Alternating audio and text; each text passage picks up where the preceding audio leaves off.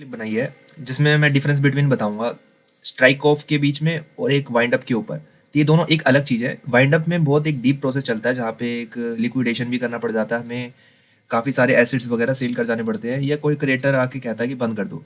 पर यहाँ strike off अलग है। स्ट्राइक ऑफ 7 टाइप्स के होते हैं एंड इसके अंदर प्रोसेस होता है। प्रोसेस में 7 स्ट्राइक 1 स्ट्राइक 2 स्ट्राइक 3 स्ट्राइक 4 ऐसे करके पूरे 7 स्ट्राइक। 7 स्ट्राइक जो है उसका सैंपल मैंने दे रखा है यहाँ पे। ये रियल है, किसी कंपनी का है जिसका नाम है We Save Energy Private Limited, एक प्राइवेट कंपनी है ये।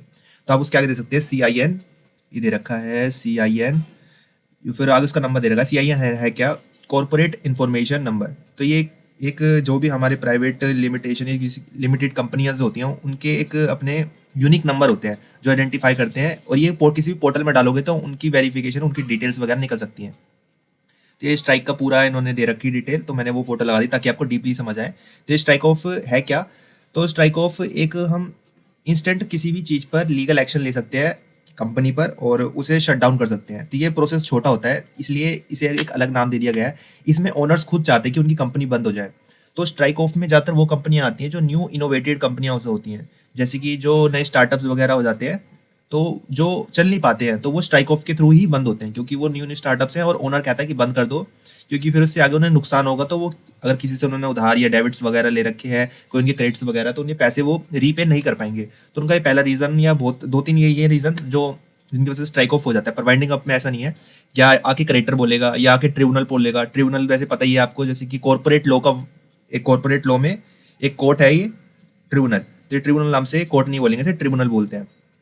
तो ये ट्रिब्यूनल कहेगा तुम्हें डिमांड, वो कहेगा कि एक ऑर्डर देगा कि इसे बंद कर दो कंपनी को, अब ये चल नहीं सकती, या जो भी इन्हें दिक्कत लगी, या मिसमैनेजमेंट भी हो सकता है, कोई फ्रॉड डिटेक्शन भी आ सकता है कि कोई फ्रॉड वगैरह हुआ है इस कंपनी में जिसकी वजह से, या कोई घपला किया है पैसों में, या कुछ ऐसा ही कुछ भी हो सकता है किसी भी रीज़न की वजह से जिससे कंपनी या उनके क्रेडिटर्स को नुकसान पहुंच रहा है। तो ट्रिब्यूनल उन्हें बंद करने का ऑर्डर दे देता है। इसमें लिक्विडेशन अपॉइंट होता है कि लिक्विडेट कर दो कंपनी की जितने भी सारे एसेट्स हैं, वो सेल कर दो। तो इन्हें एक हायर एक ऑर्डर ट्रिब्यूनल ने एक सुपीरियर लिक्विडेटर को भेजता है कंपनी में ताकि वो लिक्विडेट कर सके कंपनी को। तो यही डिफरेंस है दोनों के बीच में, वाइंडिंग अप और स्ट्राइक ऑफ। ये तो दोनों ही आते हैं ये कंपनी अंडर कंपनी एक्ट 2013 के अंदर। तो ये भी वही है जो मैंने बता दिया है। ये MCA पोर्टल जो है, ये क्या नाम है, मिनिस्ट्री कॉर्पोरेट ऑफ अफेयर, ये पोर्टल है गवर्नमेंट का जहाँ पे आप फाइल कर सकते हो। File in the sense of petition. Petition का मतलब होता है कहीं भी अर्जी लगाना।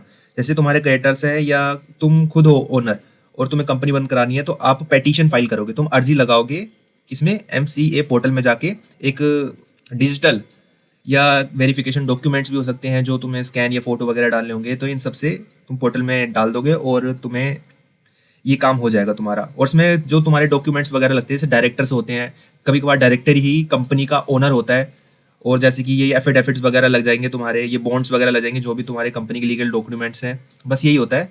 ये दोनों डिफरेंस बताया मैंने वाइंडिंग अप और स्ट्राइक ऑफ के बीच में। Thank you. अगर पसंद आई तो बाकी भी देख लेना, मैंने बाकी बना रखी है वीडियो वाइंडिंग अप के ऊपर।